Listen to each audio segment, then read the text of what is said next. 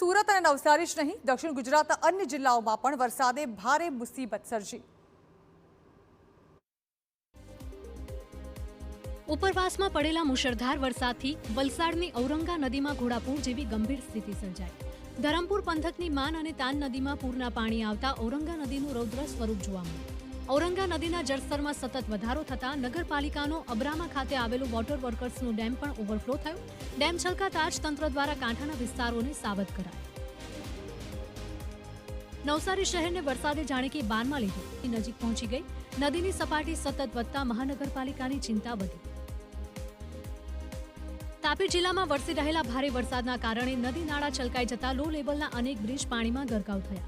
Bridge પાણીમાં ડૂબી જતા સતર્કતાના ભાગરૂપે તંત્ર દ્વારા જિલ્લા પંચાયત હસ્તકના 26 જેટલા આંતરિક રસ્તા તાત્કાલિક બંધ કરાયા.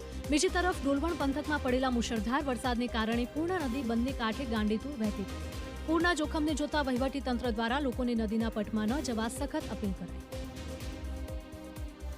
છોટાઉદેપુરમાં પાવીજેતપુર તાલુકાના ઝાપ પાણીબાર ગામે ભારે વરસાદના કારણે પૂરની સ્થિતિ સર્જાઈ. ઝાપ પાણીબાર ગામના પટેલ ફળિયા અને બામણ ફળિયા વચ્ચેથી પસાર થતા કોતરમાં રાતના સમયે પૂર આવ્યું. પૂરનો પ્રવાહ એટલો તેજ હતો કે પાકો કોઝવે ક્ષણભરમાં જ ધોવાયો. રસ્તો તૂટી જતા બોરધા, દેગલા અને સજોલી ગામો વચ્ચેનો આંતરિક સંપર્ક કપાયો.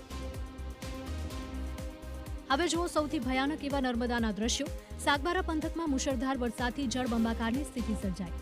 સાગબારા, ગોટાપાડા, નવાગામ અને સિલંબા જેવા વિસ્તાર પાણીમાં ડૂબી જતા જનજીવન પ્રભાવિત થયું. ચીકાલી ગામે પૂરના પાણી વચ્ચેથી લોકોએ માનવ સાંકળ રચી જીવના જોખમે રસ્તો પાર કર્યો. કોબીકોતર ગામે પાણીમાં તણાતા એક વ્યક્તિને સ્થાનિકોએ બચાવ્યો. સિલંબાના ગોટાપાડા પુલ પર પાણી ફરી વળતા વિદ્યાર્થીઓ જીવના જોખમે પસાર થવા મજબૂર બન્યા.